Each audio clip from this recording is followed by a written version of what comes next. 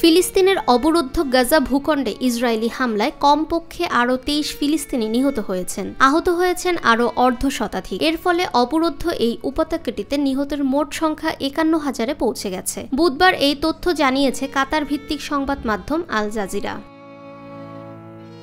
সংবাদ মাধ্যমটি বলছে, মঙ্গলবার ভোর থেকে গাজা উপত্যকা জুড়ে ইসরায়েলের হামলায় কমপক্ষে আরও ২৩ জন নিহত হয়েছে বলে বেশ কয়েকটি চিকিৎসা সূত্র আল জাজিরাকে জানিয়েছে। এছাড়া অবরুদ্ধ এই ভূখণ্ড জুড়ে আরও হামলা ও হতাহতের খবর আসা অব্যাহত রয়েছে।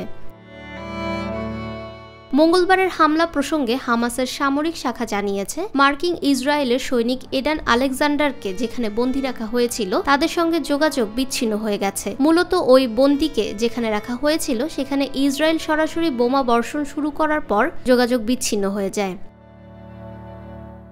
গাজার স্বাস্থ্য মন্ত্রণালয় জানিয়েছে, ১৮ মাস আগে গাজায় ইসরায়েলের আগ্রাসন শুরু হওয়ার পর থেকে কমপক্ষে ৫১,০০০ ফিলিস্তিনি নিহত এবং আরও ১,১৬,৩৪৩ জন আহত হয়েছেন।